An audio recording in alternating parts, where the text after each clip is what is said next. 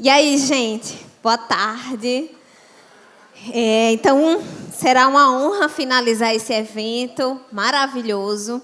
Só os fortes estão aqui. E já devo dizer, quem conhece minhas aulas sabe que eu não vou pegar leve, né? E que eu vou falar de coisas bem pesadas. E a ideia é essa, né? Inclusive, a gente deixou o nome assim de propósito detox, para que a gente possa discutir a banalização desse nome e a banalização do processo. E aí a coisa cai num populismo tenebroso e, para nós, profissionais, a gente não pode deixar que isso seja disseminado de forma inadequada. Tá? E aí, com conhecimento, a gente tem tudo. A forma como a gente vai explicar para o paciente, e a gente não pode falar as coisas erradas, porque aí confunde, né? As coisas já estão tão confusas na nutrição que cada vez que esses conceitos eles vão sendo disseminados de forma errada, só faz atrapalhar tanto a nossa prática como também a cabeça do paciente, que ele fica em quem eu vou acreditar, em quem que eu vou confiar. E ele tem que confiar na gente, e a gente precisa passar essa segurança na hora que a gente for falar as coisas, tá? Então, tem uma reflexão, eu não vou dar a minha opinião se a dieta detox funciona ou não. Vocês é que vão refletir, no final a gente vai chegar a alguma conclusão. Mas, antes disso, a gente precisa refletir que assim, o ser humano ele gosta muito de dualidades, né? A gente não consegue ficar no meio termo. Ou a gente é contra ou a gente é a favor de determinadas coisas. E, na nutrição, a gente não pode ter isso. Porque uma coisa pode funcionar para um e não funcionar para outro. Então, a gente não pode se posicionar. Eu sou nutricionista que faço dieta detox. Eu sou nutricionista que faço low carb. Eu sou nutricionista paleo. Isso não existe. Nós somos nutricionistas e ponto final. Se aquela estratégia vai caber para o paciente, aí cabe a nossa análise se realmente fazer uma low carb, se fazer uma dieta de paleo, ou se utilizar uma estratégia detox, vai caber para esse paciente ou não. Então, vamos parar de blá, blá, blá e vamos estudar. Primeiro, eu sempre gosto de deixar vários artigos e algumas mensagens. Esse artigo eu sugiro muito... Sugiro muito a leitura dele, inclusive ele é livre acesso. Então, ele fala exatamente todo o mecanismo das enzimas, das fases da detoxificação, como que é todo o processo. Então, assim, ele é uma revisão bem completa do que é o processo de detoxificação. Tá? Então, de tudo o que acontece, né? Tanto da parte molecular até da parte fisiológica final do processo. E aí, uma coisa que ele destaca, que é uma frase, um parágrafo bem clássico, é que o nosso sistema de detoxificação ele é extremamente eficiente. É tudo muito equilibrado. O problema é que a gente desequilibra ele. Em algumas situações metabólicas, nas deficiências nutricionais, no estilo de vida, a gente perde um pouco desse equilíbrio. Mas não significa que a gente está totalmente intoxicado. Por quê? Porque existe... na nomenclatura, as coisas são um pouco amarradas. Quando a gente fala a palavra intoxicação, ela tem um conceito. Intoxicação é quando a gente se submete a um excesso de uma determinada toxina e a gente precisa fazer todo um processo de detoxificação excessiva para aquela substância. Só que o que acontece? A gente está exposto o tempo inteiro a diversas toxinas, não necessariamente de forma aguda a uma única toxina.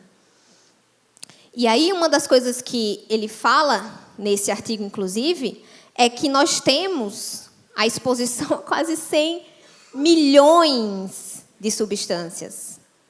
Tá?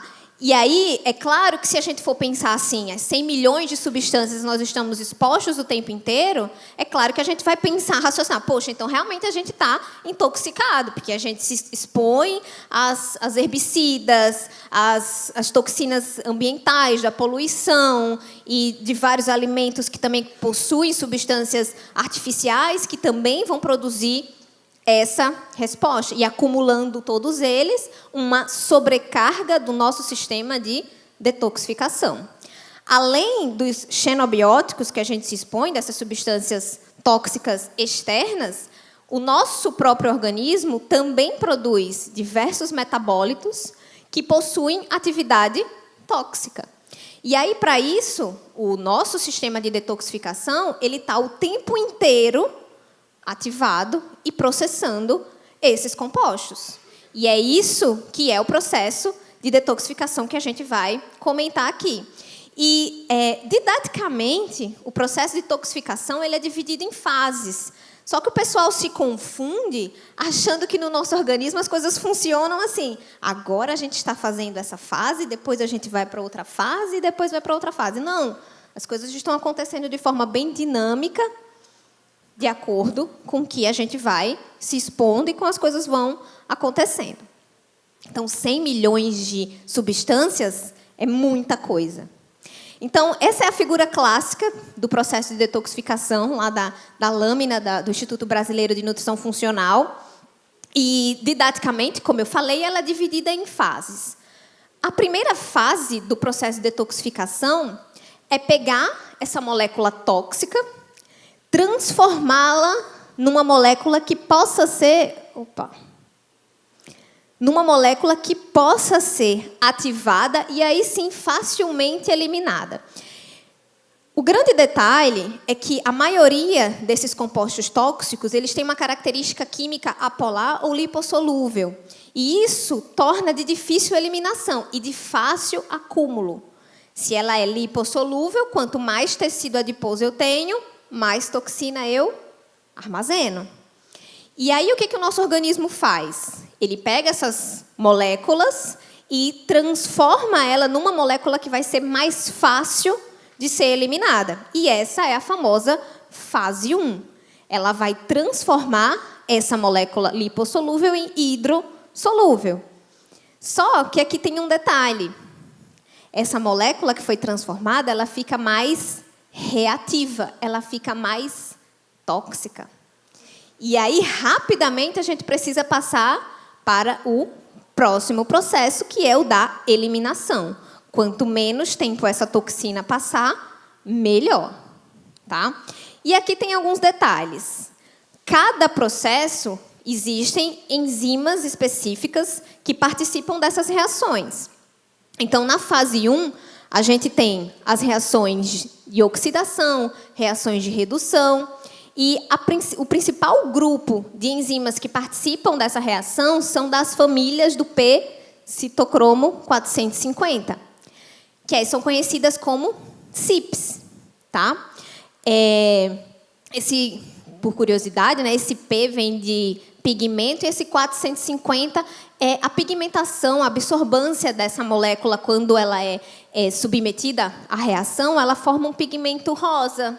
Rosinha, assim, parece até inofensiva, mas não é. E aí ficou conhecida como as enzimas de citocromo P450. E é um grupo de diversas enzimas. E cada toxina, ela tem enzimas específicas que vão ser metabolizadas e passar por esse processo. E aqui, a gente tem diversos cofatores e diversas... fatores nutricionais que auxiliam esse processo, tanto para ajudar a ativar determinadas CYPs, quando a gente precisa que esse processo aconteça mais rápido, como também para inibir. Porque se eu estiver ativando excessivamente, eu estou produzindo mais moléculas tóxicas.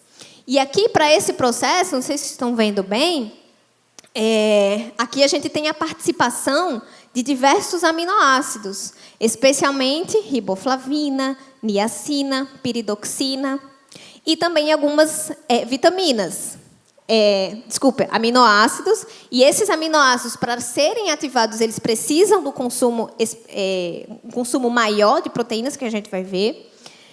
Vitamina B12, glutationa também a gente precisa, e os aminoácidos de cadeia ramificada para processar e ter o auxílio das vitaminas do complexo B.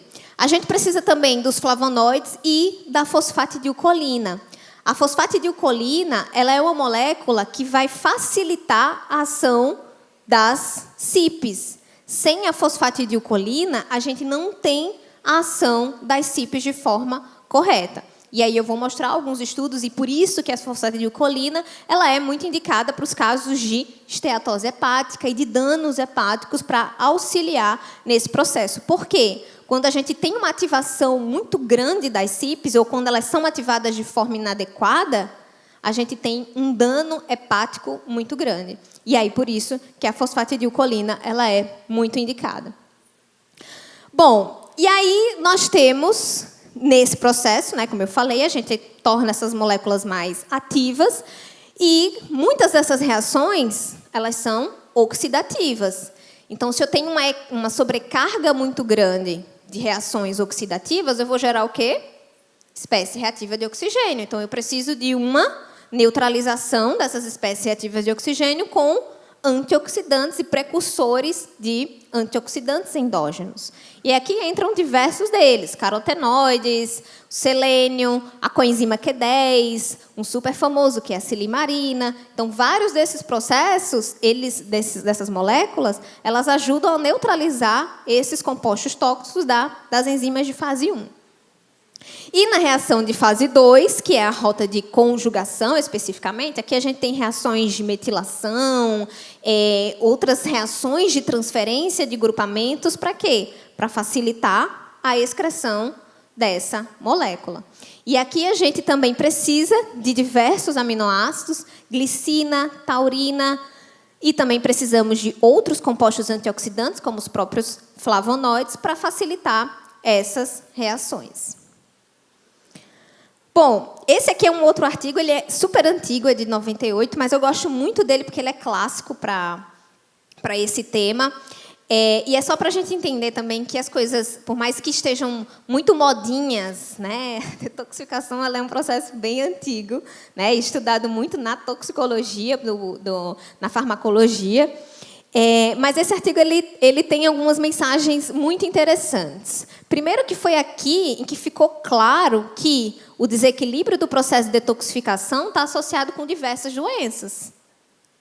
Especialmente doenças que a gente está vendo muito no mundo atual, né? Então, câncer, Parkinson, fibromialgia, fadiga crônica e disfunções do sistema imunológico. Então, são coisas que a gente está vendo hoje que não é à toa, né? De fato, nós estamos cada vez mais expostos a diversos xenobióticos. E o funcionamento do processo de detoxificação, ele depende de fatores nutricionais. Ele depende do nosso estilo de vida. E ele depende também de fatores genéticos. Então, só para vocês terem uma ideia de que é um processo complexo, composto por diversas enzimas, né, e por essas 3 fases especificamente, mas essas fases elas acontecem de forma dinâmica no nosso organismo. Que aí a gente vai pensar um pouco mais lá na frente, né? Que daí surgiu a dieta detox de 3 dias. Que o primeiro dia é para fazer a fase 1, no segundo dia você faz a fase 2 e no terceiro dia você faz a fase 3. Eu não estou dando opinião de nada, não. Estou só falando, viu? Vocês é que vão me dizer depois. Então, são diversas enzimas, é um processo bastante complexo e envolve principalmente os nossos fatores nutricionais. E aí, outro detalhe também é que a gente normalmente associa o processo de detoxificação com o fígado. Claro, o fígado é o nosso principal órgão, onde vai ter toda a concentração dessas enzimas, de todos esses processos, de forma muito mais robusta. Porque é uma das funções desse órgão fazer isso. Mas a gente encontra também diversos outros tecidos. Aliás, em todas as células a gente precisa, porque todas as nossas células estão em contato com diversas toxinas, inclusive as próprias toxinas produzidas pela própria célula. Então, os rins participam bastante, o cérebro. Então, por isso que o excesso dessa exposição está associado lá com doenças neurodegenerativas. Os pulmões e diversos outros tecidos. Aqui nesse quadro, ele mostra exatamente a presença dessas enzimas e aonde é que a gente encontra mais em determinados órgãos. Então, as enzimas de fase 1, por exemplo, a gente encontra bastante, óbvio, no fígado, nos pulmões, no trato gastrointestinal e nos rins. As enzimas de fase 2, em diversos tecidos, de forma bem ampla, porque são elas responsáveis pela nossa produção e proteção antioxidante endógena. E as enzimas de fase 3 a gente encontra no cérebro, no fígado, óbvio, no intestino e também nos rins. Então, vamos lá falar um pouquinho sobre cada fase e algumas particularidades, né? Então, pegando aquela figurinha lá e trazendo ela com alguns detalhes a mais. Então, primeiro, como eu falei, a gente tem as toxinas.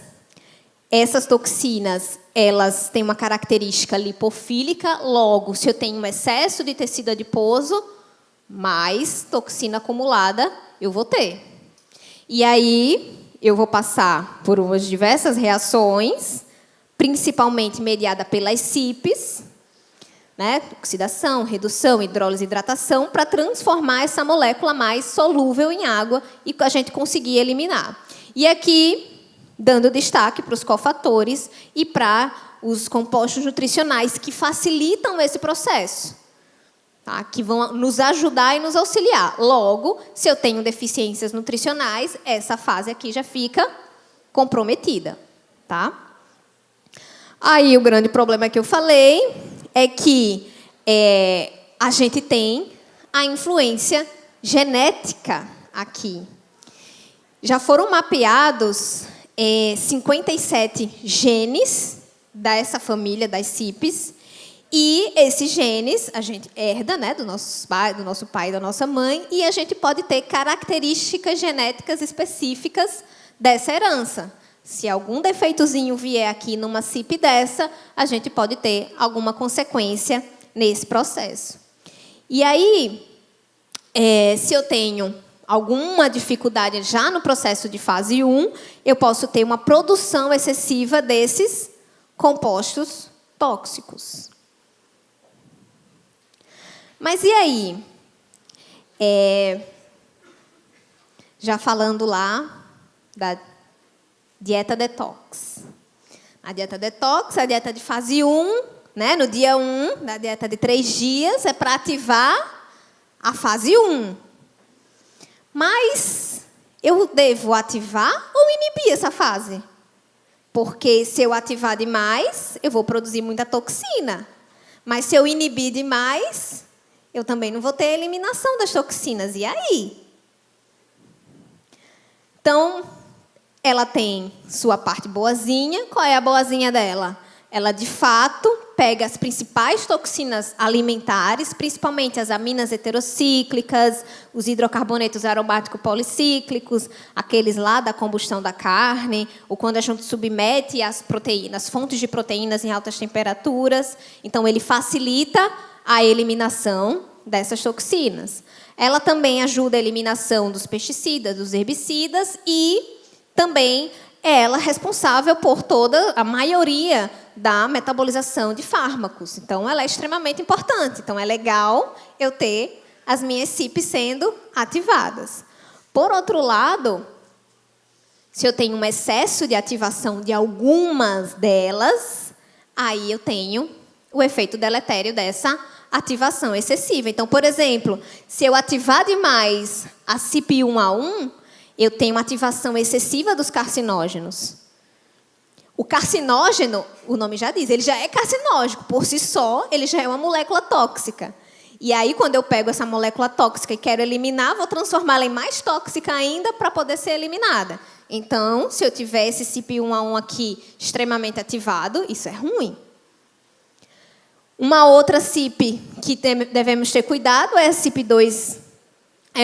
Ela ativa toxinas hepáticas e ela é uma das principais responsáveis pelos danos hepáticos.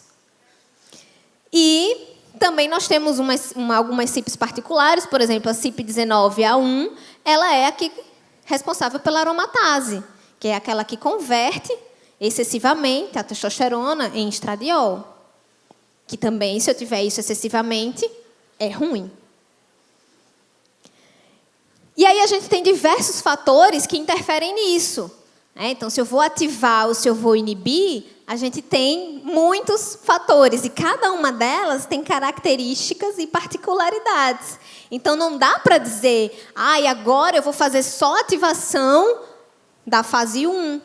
Ou eu vou utilizar tal substância, por exemplo, um dos que é bem conhecido, o própolis, o gengibre. Eles têm uma atuação bem específica nas enzimas de fase 1. Então, eu posso pensar numa estratégia detox. Agora eu vou usar só gengibre e o própolis para fazer a ativação de fase 1. Se eu não tiver o equilíbrio em outras coisas, não é legal. Então, por isso que não existe, já estou dando a deixa, né? Não existe uma dieta que seja para fazer o processo. A gente tem que fazer a nossa estratégia alimentar que contém algumas substâncias que vão auxiliar o processo, mas não que a dieta seja isso. Certo? E, por incrível que pareça, já foram descritos mais de 200 polimorfismos, ou seja, 200 variantes genéticas, 2.000 variantes genéticas associadas com diversas respostas. É por isso, uma das bem conhecidas, que eu vou falar daqui a pouco, é da cafeína. Por isso que cada pessoa responde de maneira diferente à cafeína. A metabolização, a droga, se vai funcionar ou não.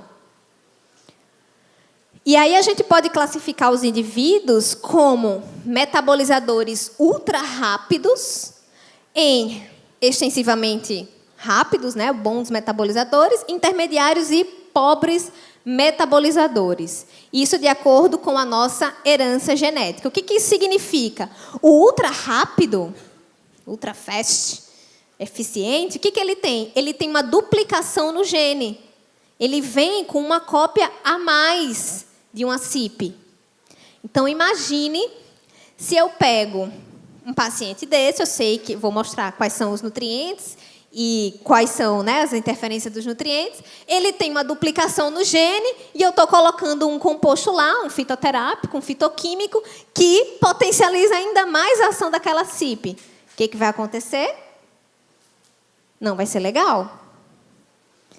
E aí, esse que vem aqui, só para vocês entenderem, ele está em parzinho porque é o que a gente herda do nosso pai e da nossa mãe. Então, se eu herdo pelo menos de um, do meu pai ou da minha mãe, essa duplicação, eu tenho essa característica, e quando eu herdo aqui, o gene normal.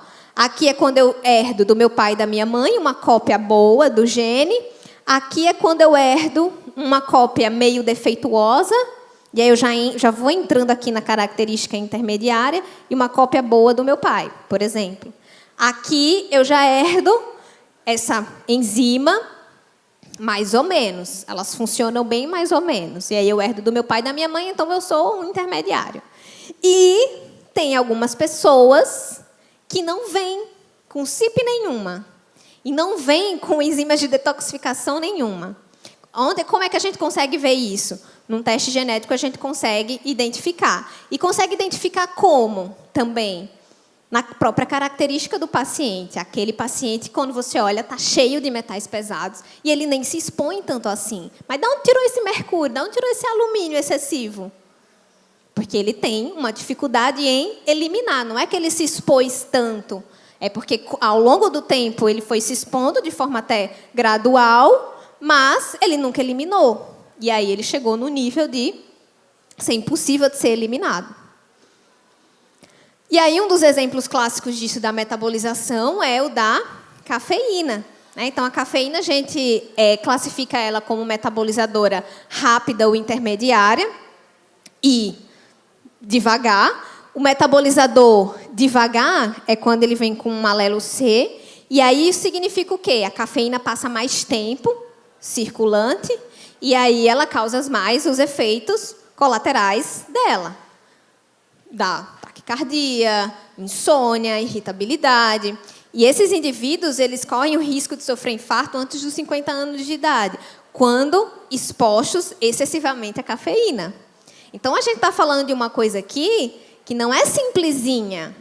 Não é pegar uma dieta detox e fazer por 3 dias e isso vai funcionar a vida da pessoa. A gente está falando de uma coisa muito mais grave.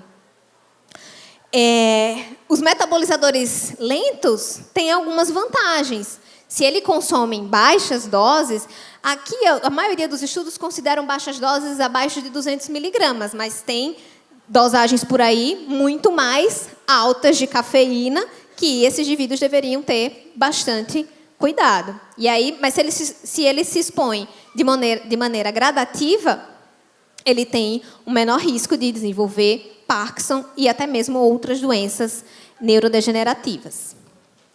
Outra situação que interfere muito na atividade das CIPs...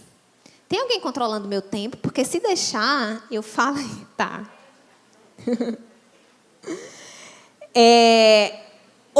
Outra situação que faz com que a gente tenha uma alteração na atividade das CIPs é as situações de inflamação crônica e também algumas situações como o câncer, infecções de repetição ou situações inflamatórias excessivas, né, que é onde a gente tem uma ativação interleucina 1, TNF-alfa, interleucina 6, e isso faz com que gere uma redução da atividade das CIPs.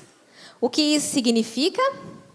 Uma pior resposta, porque todas as minhas CIPs vão estar reduzidas, então eu vou eliminar cada vez menos as toxinas, meu processo de detox já fica dificultado. Vocês estão vendo que eu nem posso ativar de mais e nem posso ativar de menos. Por isso que é um processo complexo. E aí a gente tem um detalhe, né? Como eu mostrei lá na figurinha da fase 1, vários aminoácidos e vitaminas do complexo B participam do processo da ativação das CIPs. E aí já existem alguns estudos sinalizando para a gente que uma dieta deficiente em proteína reduz também a atividade das CIPs. E é por isso que na dieta detox ela não pode ser deficiente em proteína. Que não é bem o que a gente vê por aí, né? E uma dieta hiperproteica aumenta a atividade das CIPs. Óbvio, se eu dou os aminoácidos de cadeia ramificada, né, que são os que participam bastante desse processo, a gente vai ter uma atuação delas maior. Então, vocês estão vendo que tem vários erros de conceito do processo e que é por isso que gera um monte de confusão, que dieta detox tem que ser livre de proteína animal. Se vai ser livre de proteína animal ou não, não é porque ela é detox ou não. É se vai caber dentro da dieta do paciente. São outras histórias. Tá? Mas não há essa obrigatoriedade, nem sei de onde que tiraram isso que teria que ser livre de proteína animal. Se é porque na proteína animal e na carne vermelha, tostada, né, cheia da fumaça do carvão, que vai ter uma toxina, aí tudo bem, né? Porque a gente já está reduzindo um pouquinho lá dessas toxinas que normalmente a gente se expõe. Mas não que tem que ser sem proteína animal. E aí, outra CIP, que eu até mencionei já ela, né, que quando ela é ativada de forma errada, a CYP2E1, ela é super ativada no diabetes, na obesidade, e faz lá os danos, principalmente os danos hepáticos. Se eu tiver uma hiperativação dela, é ruim. E aí, a gordura saturada endógena, ela ativa demais essa CYP. E essa é uma CYP perigosa de ser ativada. E aí tem um detalhe aí. Primeiro que é uma gordura saturada endógena, aquela que a gente sintetiza, mas será que ainda não tem nenhum estudo com isso, tá? Estou só jogando a ideia.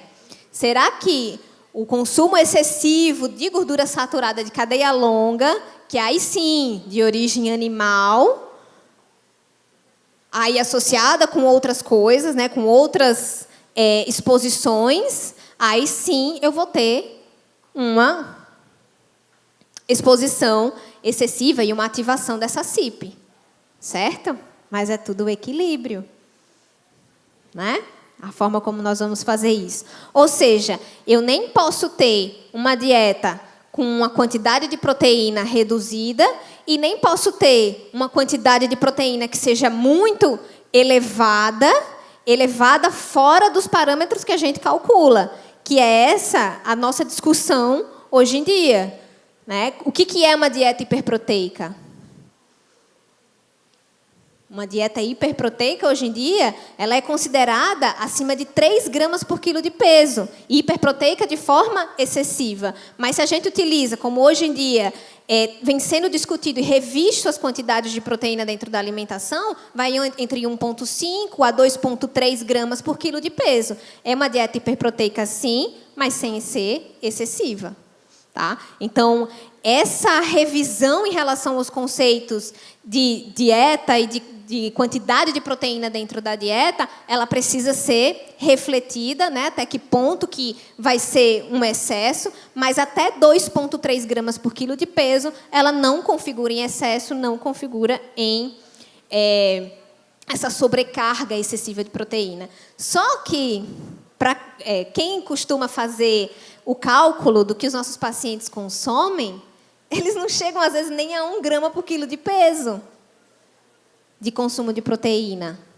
As pessoas, de uma forma geral, comem muito pouca proteína. Então, quando a gente vai contabilizar isso de fato, o consumo é muito baixo.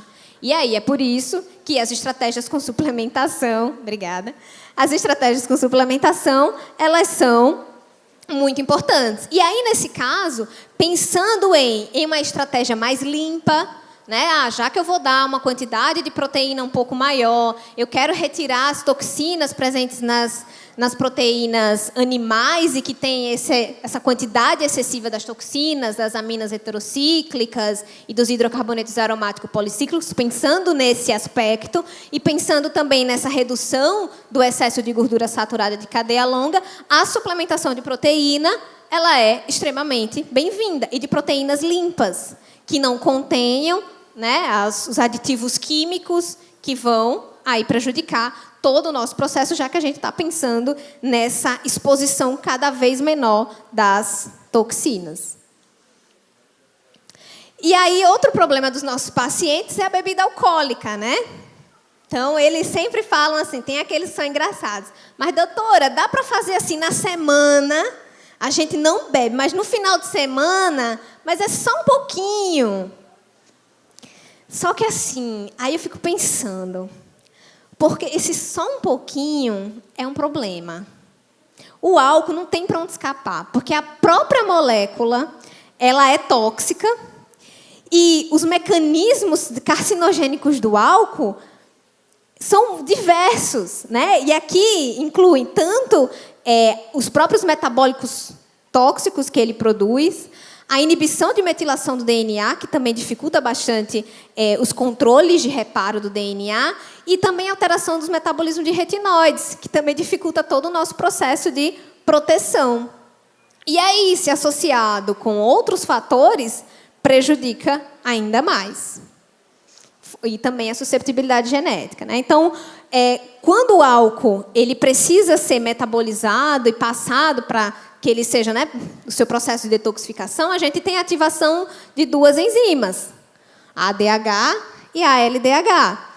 E cada uma dessas enzimas, dependendo dessa susceptibilidade genética, ela pode piorar essa toxicidade ao álcool.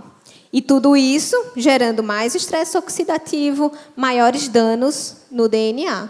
E ainda, ele ainda faz ativação da CYP2E1, ativando ainda mais dificultando todo o processo de reparo do DNA, aumentando a carcinogênese mediada pelo álcool. Então, é difícil a gente conseguir liberar alguma dose que seja segura de bebida alcoólica, principalmente pensando que o paciente está exposto a diversas coisas, né? Aí aqui, essa figurinha é legal vocês tirarem fotos.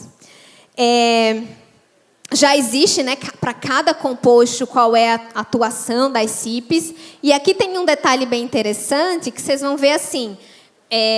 Vocês já ouviram falar muito que para a gente ter a ação bacana da curcumina, a gente precisa associar com a piperina. Não é assim? Então, isso é por causa da atuação da mesma CYP.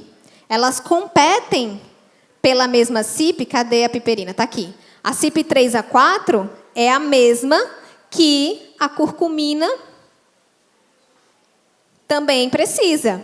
E aí, vocês viram que aqui, ó, Aqui é quando eu faço inibição. Quando eu faço inibição, por exemplo, a piperina, ela se liga lá e inibe a CYP, ela faz com que a curcumina ela passe mais tempo. Porque se a curcumina ela ativa essa CYP, o que eu vou fazer? Ela vai eliminar mais rápido. Então, quando a gente associa a piperina com a curcumina, é para que a curcumina passe mais tempo. E esse é o princípio da interação droga-nutriente, inclusive. Então, se eu faço com que uma droga, eu uso algum fitoquímico ou algum fitoterápico que faz com que alguma droga passe mais tempo no meu corpo, essa droga vai ser mais tóxica. Certo? É aí onde mora o perigo. E é por isso que a gente tem que conhecer qual é o fitoquímico que a gente está trabalhando, se a gente quer fazer essa...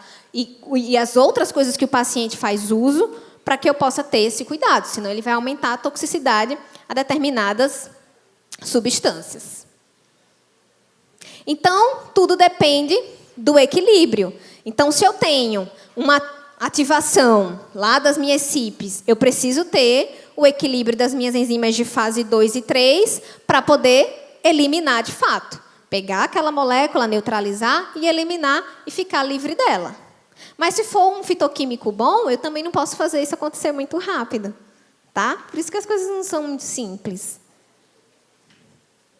Então, aqui nas reações de fase 2, eu tenho principalmente a ajuda dos compostos antioxidantes e de reações que vão fazer com que essa molécula seja facilmente liberada. E assim ela esteja pronta para ser excretada. E aqui, uma das principais enzimas que participam do processo, a glutationase transferase, as UGTs, as SUTs, a N-acetiltransferase e as metiltransferases. São as que mais participam desse processo. E aqui, essas enzimas, para que elas sejam produzidas em cada célula, a gente depende de uma molécula muito simpática, que é chamada de NRF2. O NRF2, ele é um fator de transcrição, isso aqui é o DNA, tá? Um fator de transcrição é aquilo que chega no DNA e sinaliza coisas. Aqui, no caso, é ele o responsável por mandar fazer todas essas enzimas antioxidantes. Ou seja, se eu tenho algum problema acontecendo no meu NRF2, eu tenho uma produção reduzida das minhas enzimas antioxidantes. Tá? Então, isso é bastante significativo. Além dela mandar fazer todas as enzimas de fase 2 e as enzimas antioxidantes, ela também manda degradar todas as proteínas mal feitas que a nossa célula faz. Isso sempre acontece. Erros dentro da célula e ela ajuda a consertar. Então, aqui, nesse artigo de revisão, ele é bem legal porque ele fala de vários pontos da ação do NRF2. Existem mais de 500 genes que ele regula, né, principalmente esses de detoxificação e das enzimas antioxidantes, e dos nutrientes que interferem na sua atuação. Então, aqui a gente tem o ômega 3, os carotenoides, todos aqueles que têm também uma atividade antioxidante. Eles são extremamente importantes. Ele até fala aqui também como a dieta paleolítica, mas ele cita a dieta paleolítica e de algumas estratégias, como a restrição calórica, jejum intermitente, como um dos ativadores. E essa ativação ela é mediada, na verdade, não pela estratégia, pela dieta paleolítica, mas sim pela redução do consumo de carboidrato. Que isso, sim, faz com que nossas células elas ativem esse como se fosse um mecanismo de defesa, e nós vamos ver um pouco mais adiante que o NRF2 ele faz parte também da biogênese mitocondrial e sinaliza para nossas células terem mais mitocôndrias, e isso para que ajude o nosso organismo a utilizar gordura como fonte de energia, já que nós estamos com uma depleção de carboidrato. E aí, um dos mais conhecidos, aqui é o broto do brócolis, porque o que ficou muito conhecido, né, da dieta detox? Ficou conhecido muito a couve e o brócolis. O brócolis ficou famoso por conta da presença dos glicosinolatos, e um deles mais conhecidos são os isotiocianatos. De fato, está mais presente no brócolis, mas é mais no broto do brócolis do que no brócolis em si. Tá? Mas no brócolis também tem um pouco. E na couve também. Mas não é nada que seja uma quantidade extremamente excessiva que isso justifique uma dieta que seja só para utilizar esse alimento. É claro que o alimento ele é extremamente importante, mas não caracteriza um tipo de dieta específica, e sim, ele faz parte da nossa estratégia alimentar de uma forma geral. Então, os isotiocianatos são moléculas que ativam diretamente o NRF2 e que também inibem o NF-κB, que é aquela nossa sinalizadora da inflamação. Então, a gente tem 2 efeitos benéficos desse composto, extremamente interessante. Esse é um artigo também muito legal, também sugiro muita leitura dele. Ele fala de todas as modulações do NRF2 mediada por fitoquímicos, e aqui ele sinaliza para a gente quais são os principais. Foi publicado agora, em setembro de 2016. E aí ele cita, né, quais são os principais compostos, especialmente o sulforafano, né, esse que eu citei, o isotiocianato do brócolis, mas existem várias outras. O próprio licopeno, a quercetina, vários compostos presentes no chás e até mesmo no café. Até mesmo a do café. Várias ervas, né, então diversos compostos que têm ação que está dentro de uma proposta que a gente já faz na nossa estratégia nutricional, né, de variar os fitoquímicos benéficos, e não especificamente com um rótulo de uma dieta específica. E aqui ele mostra os mecanismos, especialmente a ação do hidroxitirosol, que é um composto isolado do azeite, e principalmente do extrato da oliva, o epigalocatequina galato, que é o principal catequina do chá verde, e aqui os mecanismos genômicos desses compostos na indução, não só do NRF2, mas de outras enzimas que ajudam no processo de detoxificação, inclusive as CYPs. Ou seja, fase 1 e fase 2, elas estão interligadas. E aí o NRF2, ele participa junto com um cofator, um outro fator de transcrição muito simpático, que é o PGC1-alfa, e eles juntos induzem a biogênese mitocondrial. É tudo isso que a gente quer para um processo de emagrecimento. Quanto mais mitocôndrias a gente tem, mais a gente oxida os substratos energéticos, especialmente ácidos graxos. Que tudo que a gente quer no processo de emagrecimento é que o nosso paciente utilize gordura como fonte de energia. E por isso que as estratégias do jejum intermitente e a restrição de carboidrato, elas surgiram para que se faça essa indução e force o metabolismo a utilizar gordura como fonte de energia. No entanto, existem alguns indivíduos, sabe aqueles que dizem, eu tenho um metabolismo lento? Dizer que tem um metabolismo lento significa ter pouca biogênese mitocondrial. E tem pessoas que já nascem com essa característica. Isso não justifica ela ser obesa.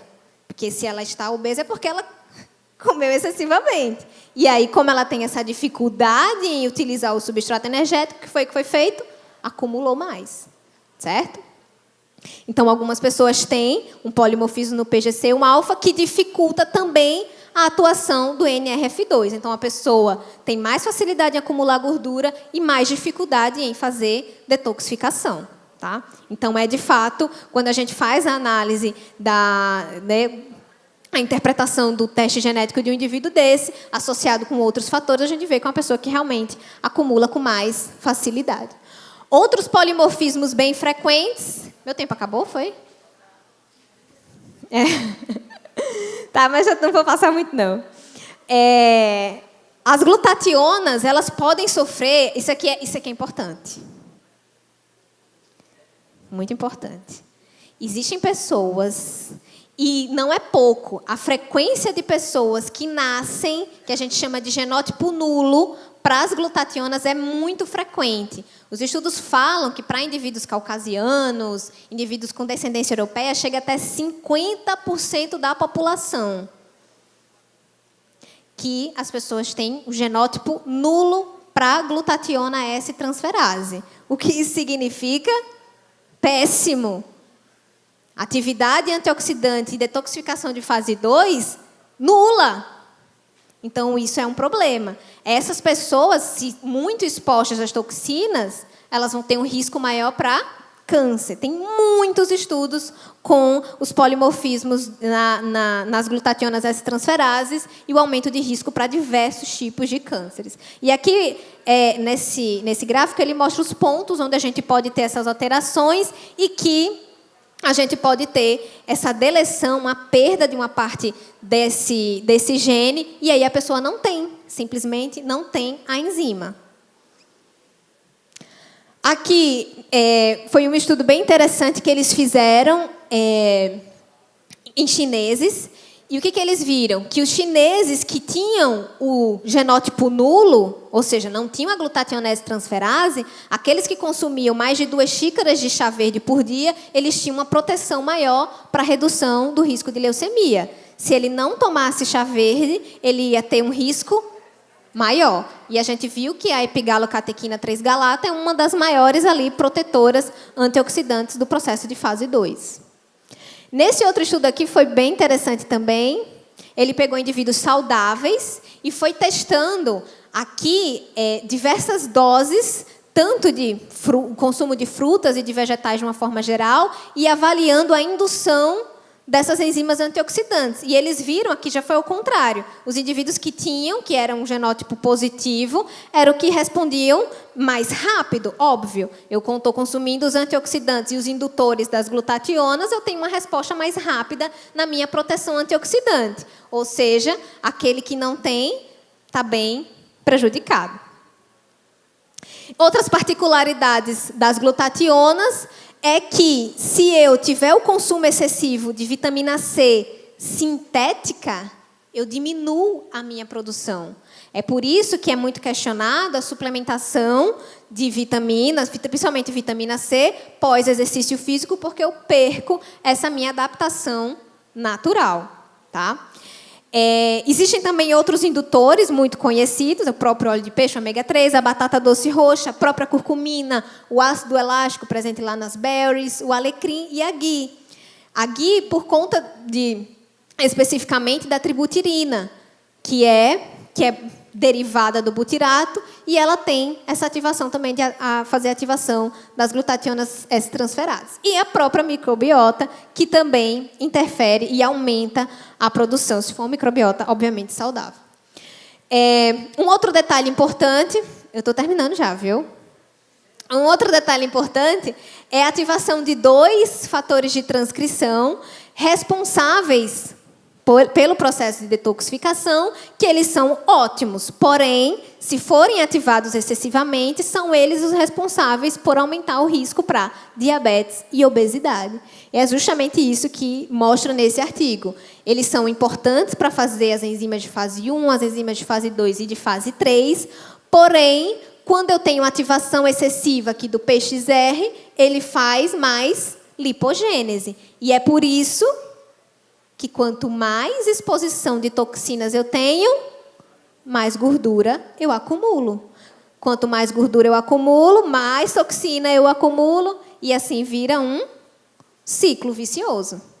Certo? Então, a própria exposição a toxinas aumenta a lipogênese. Não necessariamente eu estou consumindo mais calorias. Certo? E aqui também, nos receptores androstanos, ele aumenta mais lipogênese, e o pior dos receptores androstanos é que ele bloqueia toda a biogênese mitocondrial e também, aqui, ele dificulta todo o processo também de resistência à insulina. Então, ele prejudica tanto o metabolismo de gordura como também o metabolismo de carboidrato. E é por isso que as pessoas que têm uma exposição excessiva a toxinas, ou as pessoas ditas intoxicadas, elas têm uma característica muito comum: acúmulo maior de gordura e o risco maior para doenças metabólicas. Elas têm uma fadiga mental e fadiga física e tem uma perda de massa muscular. Então, às vezes, aquele nosso paciente que está com dificuldade de ganho de massa muscular, simplesmente ele está com excesso de exposição a toxinas. Tá? Vocês estão vendo que eu não estou falando, não está intoxicado, né? uma exposição excessiva a toxinas. É só por questão de conceito. Tá? E aqui nesse outro estudo ele também fala exatamente disso, dessa exposição de toxinas e o aumento do risco para diabetes e outras doenças metabólicas, e também desordens neurológicas. Aqui também essa indução excessiva, essa exposição excessiva aos xenobióticos e estresse de retículo, que também aumenta o risco para doenças cardiovasculares e outras doenças metabólicas. E também, principalmente, ao acúmulo de gordura hepática, né? O aumento do risco para esteatose hepática e o seu resultado final, que é a esteatohepatite alcoólica e não alcoólica também, né, se tiver a exposição excessiva ao álcool não. E ele fala disso também como um distúrbio do ciclo circadiano. Então, são vários processos que vão sendo prejudicados, e aí o paciente ele entra numa situação que fica muito difícil de ser revertida. Tá? E aqui também a própria indução de vários danos hepáticos por essa exposição excessiva às toxinas. Tá?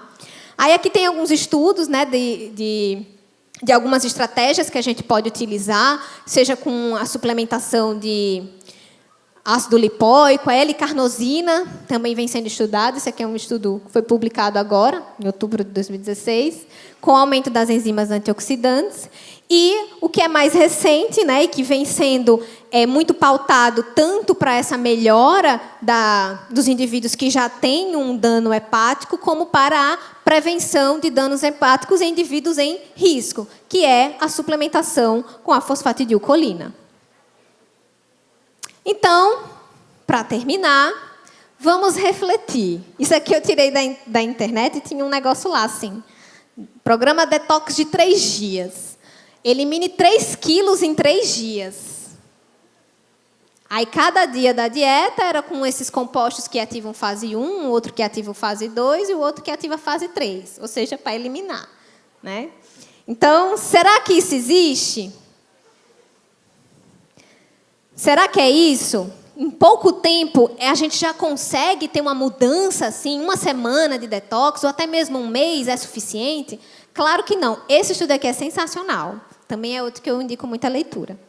Ele fala do tempo de adaptação do processo. Não é rápido. Não é em uma semana, não é em 2, nem em um mês.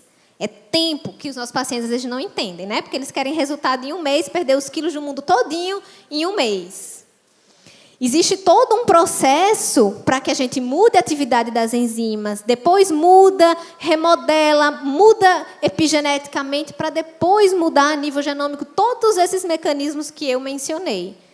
Então, imagine, vem tudo errado há muito tempo. Não vai ser em 1 dia, 2 dias, 3 dias que isso vai mudar. E que para essas substâncias, e principalmente esse acúmulo, né, que a gente vai tendo ao longo da vida. E cada vez mais cedo a gente vai se acumulando a essas toxinas que cada vez mais estão sendo produzidas. Então, para finalizar, a minha mensagem é essa. A gente tem que ter muito cuidado com as mensagens ao público, como as coisas são passadas, porque gera uma confusão, inclusive até para a gente, né? Por isso que a gente tem que estudar bastante. Todos esses conhecimentos, esses avanços da nutrição estão ajudando muito, mas não significa que é melhor. Né? Então, a gente viu, provamos que ativar uma coisa não significa que isso pode ser extremamente benéfico. Tá? Então, muito obrigada pela atenção de vocês. Tem aqui meus contatos. Eu tenho um canal no YouTube. E no canal eu compartilho algumas coisas, algumas aulas e algumas dessas coisas que eu mencionei aí. Obrigada, gente.